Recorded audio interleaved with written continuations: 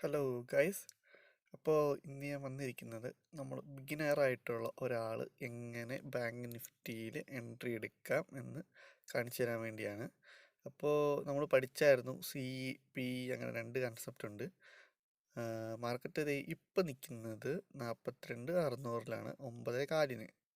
അപ്പോൾ CP എന്ന് പറഞ്ഞൊരു കൺസെപ്റ്റ് ഞാൻ പറഞ്ഞത്, സി എന്ന് പറഞ്ഞ സാധനം മാർക്കറ്റ് അപ്പ് ആകുമ്പോൾ നമുക്ക് പ്രോഫിറ്റ് കിട്ടും, പി ആണെങ്കിൽ മാർക്കറ്റ് ഡൗൺ ആകുമ്പോൾ നമുക്ക് പ്രോഫിറ്റ് കിട്ടും. അതായത് മാർക്കറ്റ് മേളിലേക്ക് പോവുകയാണെങ്കിൽ നമ്മൾ സ്റ്റോക്ക് ബൈ ചെയ്യുമ്പോൾ നമുക്ക് പ്രോഫിറ്റ് കിട്ടും, മാർക്കറ്റ് താഴത്തേട്ട് പോകുമ്പോൾ സ്റ്റോക്ക് സെല്ല് ചെയ്യുമ്പോൾ നമുക്ക് പ്രോഫിറ്റ് കിട്ടും.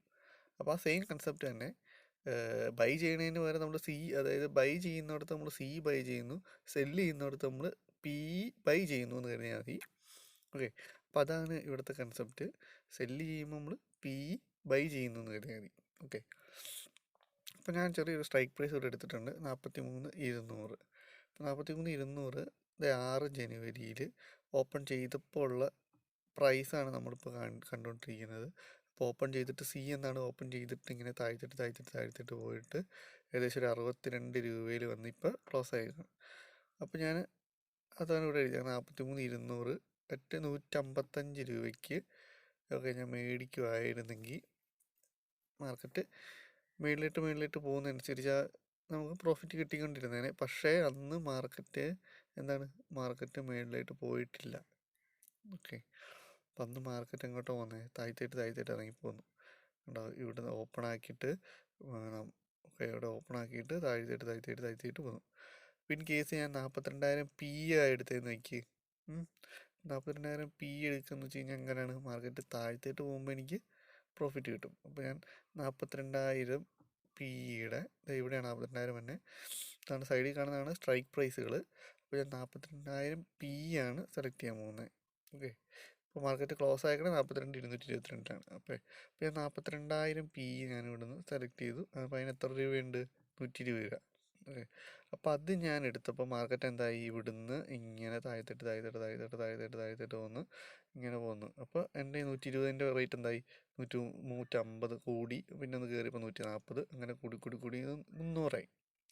ഓക്കെ, അപ്പോൾ മാർക്കറ്റ് താഴ്ത്തിട്ട് വന്നപ്പോൾ പ്രോഫിറ്റ് കിട്ടി. അപ്പോൾ ഞാനിവിടെ 42,000 പിയുടെ ഗ്രാഫ് അതേപോലെ തന്നെ ഈ സീഡ് ആഡ് ചെയ്തതുപോലെ തന്നെ ആഡ് ചെയ്തിട്ടുണ്ട്. അപ്പോൾ ഇവിടെ നോക്കിയാൽ കാണാം, 26-ാം തീയതി ഓപ്പൺ ചെയ്തത് എത്ര രൂപയ്ക്കാണ്, ഏകദേശം ഒരു 120 രൂപയ്ക്കൊക്കെ. എന്നിട്ട് മാർക്കറ്റ് താഴ്ന്നതനുസരിച്ച് ഇവിടെ മേളിലോട്ട് കയറാൻ തുടങ്ങി, നേരെ സീഡ് ഓപ്പോസിറ്റ്. ഓക്കെ, അപ്പോൾ കയറി നമ്മളൊരു നല്ലൊരു ഹൈ ഒരു പോയിന്റ് നമുക്ക് പ്രോഫിറ്റ് വന്നിട്ട് വീണ്ടും അത് വയ്യെ താഴ്ത്തിട്ട് ഇറങ്ങി. ഓക്കെ, ഇപ്പോൾ നിങ്ങൾക്ക് മനസ്സിലാവാൻ വേണ്ടിയാണ് ഈ സംഭവം കാണിച്ചു തന്നത്. അതായത് മാർക്കറ്റ് കയറിയപ്പോൾ സിയുടെ പ്രൈസ് താഴ്ത്തിട്ട് പോയി, കുറഞ്ഞു, പിയുടെ പ്രൈസ് കൂടി. ഓക്കെ, അപ്പോൾ ഇതാണ് മാർക്കറ്റിൽ ഈ പി ബൈ ചെയ്യുമ്പോൾ നടക്കുന്ന പരിപാടികൾ. ഓക്കെ, അപ്പോൾ ഇപ്പോൾ നമ്മൾ അന്നേരം അല്ല സി എടുത്തിരുന്നെങ്കിൽ നമുക്ക് ലോസ് പറ്റിയേനെ, കാരണം മാർക്കറ്റ് നമ്മുടെ ഓപ്പോസിറ്റ് ഡയറക്ഷനിലാണ് സഞ്ചരിച്ചത്. നമ്മൾ എടുക്കുന്ന സ്ട്രൈക്ക് പ്രൈസിൻ്റെ അടുത്തേക്ക് മാർക്കറ്റ് വരുന്തോറും നമുക്ക് പ്രോഫിറ്റ് കിട്ടിക്കൊണ്ടിരിക്കും. ഓക്കെ, അത്രയും കരുതുക. അപ്പോൾ സിമ്പിളായിട്ട് പറയുകയാണെങ്കിൽ അങ്ങനെ കരുതാം. നമുക്ക് സൈഡിൽ കാണാനാണ് സ്ട്രൈക്ക് പ്രൈസ്. അപ്പോൾ നമ്മൾ ഏതാണോ സ്ട്രൈക്ക് പ്രൈസ് എടുക്കുന്നത് അതിൻ്റെ അടുത്തേക്ക് വരുന്തോറും നമുക്ക് പ്രോഫിറ്റ് കിട്ടിക്കൊണ്ടിരിക്കും. ഇപ്പോൾ സ്ട്രൈക്ക് പ്രൈസിൻ്റെ അടുത്തേക്ക് വരുവാണെങ്കിൽ, അതായത് അപ്പായി വരുവാന്നാണ് അതിൻ്റെ അർത്ഥം, അപ്പോൾ നമുക്ക് പ്രോഫിറ്റ് കിട്ടും. സ്ട്രൈക്ക് പ്രൈസിൻ്റെ അടുത്തേക്ക് വരുവാണെങ്കിൽ അത് മാർക്കറ്റ് ഡൗൺ ആയിട്ട് നമ്മൾ എടുത്ത പ്രൈസിൻ്റെ അടുത്തേക്ക് വരുവാണ്, അപ്പോൾ അവിടെ നമുക്ക് പ്രോഫിറ്റ് കിട്ടും. അപ്പോൾ ഇതാണ് ചെറിയ കൺസെപ്റ്റ്. ഇനി ചിലർക്കുള്ള ഒരു സംശയമാണ്, നമ്മൾ ഈ 43,200 കഴിഞ്ഞ് മാർക്കറ്റ് പോയി കഴിഞ്ഞാൽ എന്താണ് സംഭവിക്കുന്നതെന്ന്. ഓക്കെ, അപ്പോൾ നമ്മൾ മാർക്കറ്റ് ഓപ്പൺ ചെയ്തത് 42,600 അപ്പോൾ 42,600 നമ്മൾ ബൈ എടുക്കാൻ നോക്കിയപ്പോൾ അതിന് വില എത്ര ഉണ്ടായിരുന്നു, 155 രൂപ ഉണ്ടായിരുന്നു. ഓക്കെ, അപ്പോൾ എന്നിട്ടാണ് മാർക്കറ്റ് ഇങ്ങനെ കയറി വന്നിട്ട് നമ്മുടെ സ്ട്രൈക്ക് പ്രൈസിൻ്റെ തൊട്ടടുത്ത് എത്തിയത്. ഓക്കെ, അത് കഴിഞ്ഞ് പോയി കഴിഞ്ഞാലും നമുക്ക് കണ്ടു, ഇപ്പോൾ നമുക്ക് 185 ആയിരുന്നു സ്ട്രൈക്ക് പ്രൈസിൻ്റെ അടുത്ത് വന്നപ്പോൾ, അവിടുന്ന് കയറി കഴിഞ്ഞപ്പോൾ വീണ്ടും 200 പിന്നെ കയറി പോയി കഴിഞ്ഞാൽ 500 അങ്ങനെ ആ പ്രൈസ് കൂടിക്കൊണ്ടേയിരിക്കും. ഇങ്ങനെ തന്നെയാണ് സിയുടെയും. നമ്മൾ മാർക്കറ്റ് ഓപ്പൺ ചെയ്തപ്പോഴാണ് 42,000 പി മേടിച്ചത്, അത് 120 രൂപയ്ക്ക്. അത് കഴിഞ്ഞിട്ട് ഓരോ ഇറക്കം ഇറങ്ങുമ്പോഴും നമുക്ക് പ്രോഫിറ്റ് കൂടിക്കൊണ്ടിരിക്കും. പിന്നെ നമ്മൾ 42,000 പിയുടെ തൊട്ടടുത്തെത്തുമ്പോഴേനും സ്ട്രൈക്ക് പ്രൈസിന് നല്ല വിലയുണ്ടാകും. അപ്പോൾ അത് കഴിഞ്ഞ് പോയി കഴിഞ്ഞാലോ വില കൂടിക്കൊണ്ടിരിക്കും. കാരണം എന്ന് വെച്ച് കഴിഞ്ഞാൽ മാർക്കറ്റ് നേരെ ഇറങ്ങിക്കൊണ്ടിരിക്കുകയാണ് അർത്ഥം. ഓക്കെ, അപ്പോൾ അതാണ് ഒരു സിമ്പിൾ റെപ്രസെൻറ്റേഷനായിട്ട് ഇവിടെ കാണിച്ചിരിക്കുന്നത്. ഇപ്പോൾ പിയുടെ കേസ് ഇപ്പോൾ ഇങ്ങനെ വരില്ല. അപ്പോൾ നമുക്ക് സിക്ക് എന്ത് സംഭവിക്കും? മേളിലിട്ട് ഇപ്പോൾ സിയെ നമ്മൾ ബൈ ചെയ്തിരുന്നെങ്കിൽ, മാർക്കറ്റ് ഓപ്പൺ ചെയ്ത വഴി നമ്മൾ സിയെ ബൈ ചെയ്തിരുന്നെങ്കിൽ എന്ത് സംഭവിക്കും? ഓക്കെ, അപ്പോൾ ഞാൻ 155-നാണ് അന്നേരം സി മേടിച്ചത്. അപ്പോൾ മാർക്കറ്റ് ഇറങ്ങി ഓക്കെ, ഈ പിക്ക് പകരം ഞാൻ സിയെ മേടിച്ചെങ്കിൽ ഈ മാർക്കറ്റ് ഇറങ്ങി ഈ ഒരു പോയിന്റിൽ ഇങ്ങനെ, അതായത് ഇറങ്ങിയിട്ട് ഈ ഒരു പോയിന്റിൽ വരുമ്പോൾ നമ്മുടെ സിയുടെ പ്രൈസ് എന്തായി?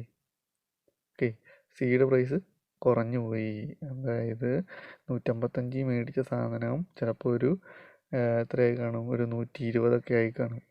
കാരണം എന്താണെന്ന് വെച്ച് കഴിഞ്ഞാൽ നമ്മൾ എടുത്തത് എന്താണ്? സി ആണ് എടുത്തത്.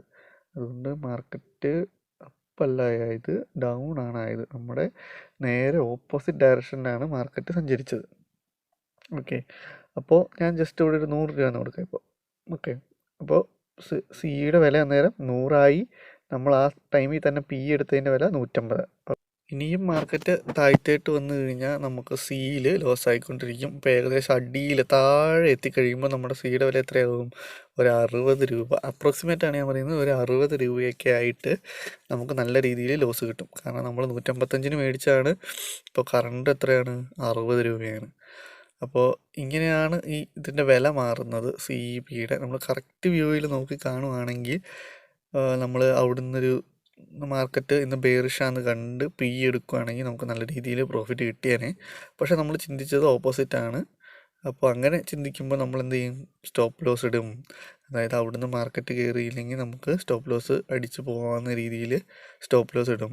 അപ്പോൾ നമുക്ക് അത്രയും കുറച്ച് ലോസേ വരത്തുള്ളൂ. അപ്പോൾ ഈ കാര്യങ്ങളൊക്കെ ഒന്ന് ഓർത്തിരിക്കുക. സി പി എന്ന് പറഞ്ഞാൽ മാത്രമാണ് നമുക്ക് മേടിക്കാൻ പറ്റത്തുള്ളൂ, അതായത് മാർക്കറ്റിലോട്ട് ഇറങ്ങാൻ പറ്റത്തുള്ളൂ. അപ്പോൾ ഈ ചെറിയ വീഡിയോ എല്ലാവർക്കും മനസ്സിലായി എന്ന് കരുതുന്നു.